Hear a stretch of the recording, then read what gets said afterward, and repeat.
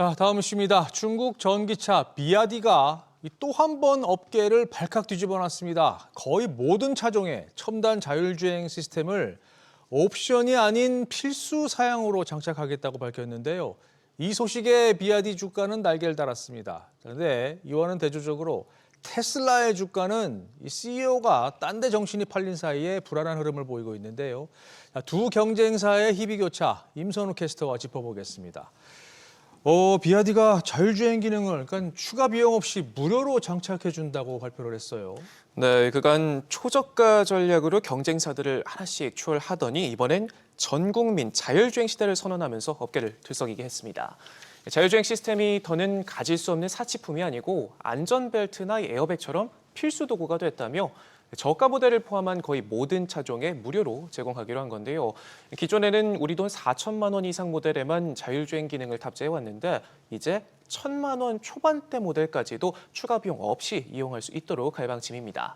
가격 전쟁에 혈안이 된 다른 중국 업체들도 2천만 원대 차량에만 적용해 왔고 자율주행 기술에 올인하고 있는 테슬라는 4천만 원 이상 모델부터 적용된다는 점을 감안하면 매우 파격적인 시도입니다. 그렇군요. 업계에서는 어떤 평가가 나오나요?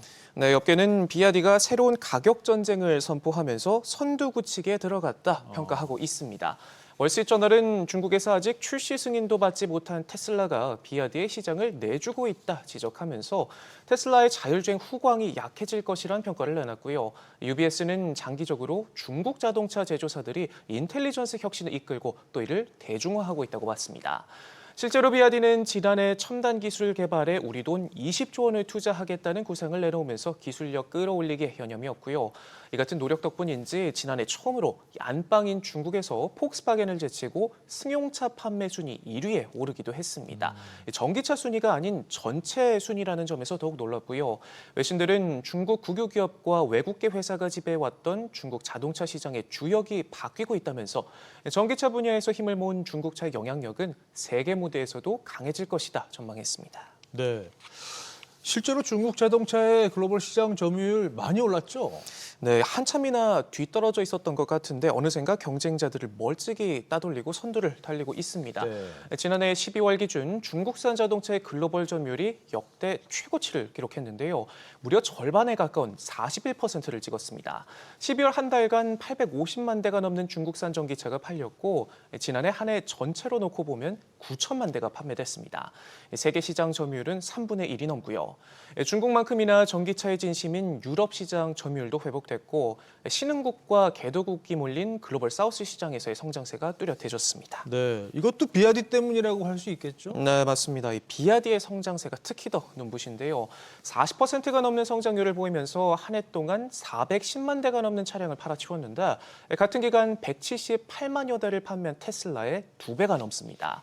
3위에 오른 지리자동차도 138만여 대를 팔아 1년 전보다 60% 가까이 성장하면서 테슬라를 바짝 뒤쫓고 있고요. 4위에 랭크된 상하이 자동차도 100만 대를 넘게 팔아 폭스바겐을 5위로 밀어냈습니다. 반면 7위에 오른 현대차는 55만 대를 팔아 전년 대비 1.8% 역성장을 기록하는 등 고전했는데요. 중국 업체들이 이제는 경쟁자를 압도하는 모습을 보여주는 가운데 비아디가 차세대 모빌리티 핵심 기술인 자율주행까지 무료로 풀어버리면서 2차 가격 전쟁에 불을 지피며 선두그치기에 들어갔다는 평가입니다. 네. 자, 그런데 전기차의 원조격이라고 할 수 있는 테슬라는 상황이 좀 암울해 보입니다. 판매량은 지금 떨어지고 있는 데다가 머스크 CEO의 광폭 행보에 지금 주가는 계속해서 흔들리고 있어요. 네, 요즘 테슬라 관련 소식들을 보면 이 기술 혁신은 온데간데 없고 온통 머스크의 정치 행보로 도배가 돼 그러니까요. 있습니다. 판매 부진에도 아랑곳하지 않고 정치 활동에 몰입하면서 논란이 되는 이슈들을 양산하자 투자자들의 실망감이 커지고 있는 건데요. 잠잠하나 싶었던 머스크 리스크가 그 어느 때보다도 커졌다는 분석이 나오고요. 먼저 주가 흐름부터 살펴보면 불과 2달여 만에 30% 가까이 빠지면서 시총 탑10 자리도 위태위태합니다. 더 이상 매그니피센트 세븐이라 불릴 수 없게 됐고 시총 1조 달러 유지도 쉽지 않은 상황입니다. 네. 구체적으로 어떤 이슈들이 지금 테슬라를 이렇게 끌어내리고 있는 겁니까? 네, 먼저 유럽과 이 중국 등 세계 곳곳에서 판매량이 부진해 회사 펀더멘털이 금이 가는 게 주가 하락의 1차 요인으로 꼽히고 있습니다.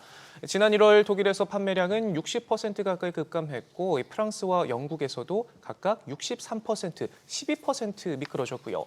중국에서도 같은 기간 10% 넘게 줄었습니다. 이런 가운데 전기차 판매를 위한 대외의 환경은 갈수록 악화되고 있습니다. 트럼프의 관세 전쟁 자체가 회사에는 악재인데 테슬라의 핵심 소재인 철광과 알루미늄에 25% 관세를 부과한다고 발표하면서 테슬라 차량 생산 비용은 한층 더 늘어날 전망입니다.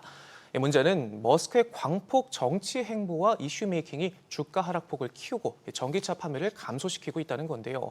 머스크가 반이민과 인종주의를 지향하는 독일 극우 정당 지지 연설을 하고 트럼프 대통령 취임식에선 나치식 경례를 떠올리게 하는 동작을 하는 등 반복적인 극우 정치 행보는 곧바로 독일에서의 전기차 판매량 감소로 이어지기도 했습니다. 네. 오픈AI 인수 논란도 지금 대형 악재였잖아요. 네, 맞습니다. 일론 머스크 CEO가 이번 주 오픈AI를 사들이겠다고 나서자 네. 투자자들은 머스크가 인수자금 마련을 위해서 테슬라 주식을 혹시나 매도하는 건 아닐까 노심초사 중인데요.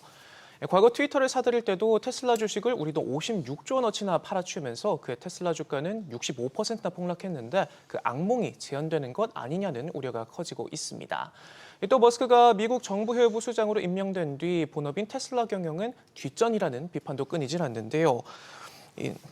주가가 부진한데도 온 신경이 미국 내 정치 싸움에 쏠려 있다는 겁니다.